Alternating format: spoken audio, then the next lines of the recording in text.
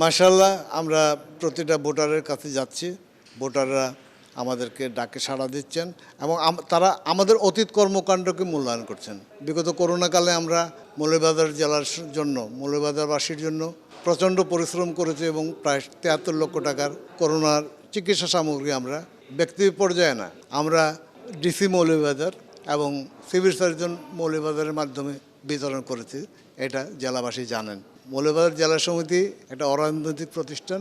আমরা কোনো রাজনৈতিক ব্যানার ব্যবহার করি নাই। আমরা সরাসরি সরকারের সাথে সম্পর্ক করে জেলা প্রশাসক মহোদয়ের খাতে আমরা চিকিৎসা সামগ্রী পৌঁছে দিয়েছি।